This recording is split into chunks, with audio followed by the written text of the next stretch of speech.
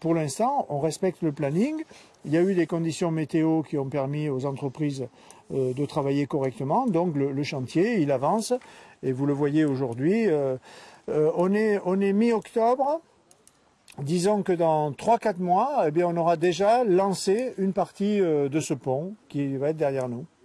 L'aboutissement, le final, pour quand à peu près, livraison on va dire?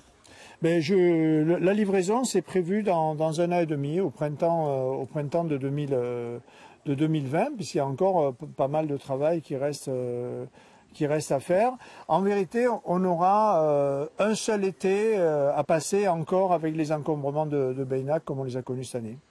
Le coût global, on le rappelle? Le coût global, c'est 32 millions d'euros, c'est le coût prévisionnel. Pour le moment, on est dans les clous, puisque l'appel d'offres pour la première partie, la partie des ouvrages, il y a les 2 ponts donc, et le passage sous la voie ferrée. Dans cet appel d'offres, on est en dessous des estimations que nous avions faites et qui ont été contrôlées d'ailleurs par les services de l'État.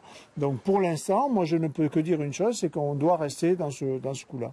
On a toujours peur de toucher à l'environnement, c'est la Dordogne, une rivière sacrée, bénie on va dire presque, vous le savez, la valeur qu'elle a pour tous les Périgourdins, alors vous la protégez quand même? Ben oui, vous savez, la Dordogne elle a une valeur extraordinaire, y compris pour celui qui vous parle.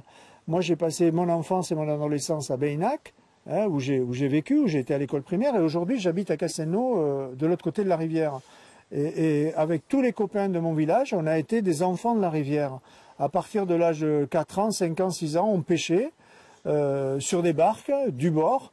On a braconné, je n'ai pas le droit de le dire, mais dès qu'on avait 10 ans et qu'on savait nager, on achetait des masques et on savait attraper les poissons. Et cette rivière, je vis avec. Je suis toujours kayakiste, je m'entraîne 2 fois par semaine sur la Dordogne et j'y tiens comme à la prunelle de mes yeux.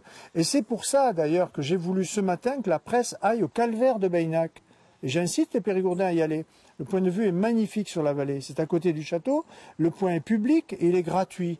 Et de ce calvaire, on voit la totalité des 3 km du contournement. Et on peut se rendre compte, si on est de bonne foi, que quand on parle de massacre de la vallée, eh bien c'est tout simplement un mensonge.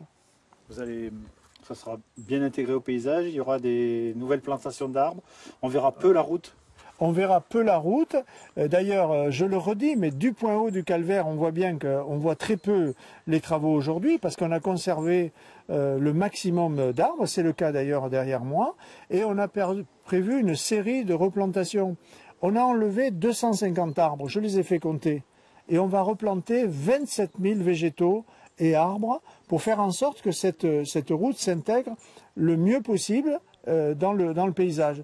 Vous savez, c'est moi qui ai porté le dossier de classement de bassin de la Dordogne en réserve mondiale de biosphère. C'est moi qui l'ai porté. C'est moi qui ai porté le dossier de classement du village de Castelnau parmi les plus beaux villages de France. C'est moi qui ai porté le dossier devant la région pour que notre secteur devienne site majeur d'Aquitaine. Donc aujourd'hui, je suis un militant de l'environnement comme je l'ai toujours été et je continuerai à le faire. Et aujourd'hui, on s'attache à ce que la protection de l'environnement soit totalement assurée dans ce chantier, mais dans la suite du chantier. Il y aura d'ailleurs un contrôle écologique pendant 30 années quand le chantier sera terminé.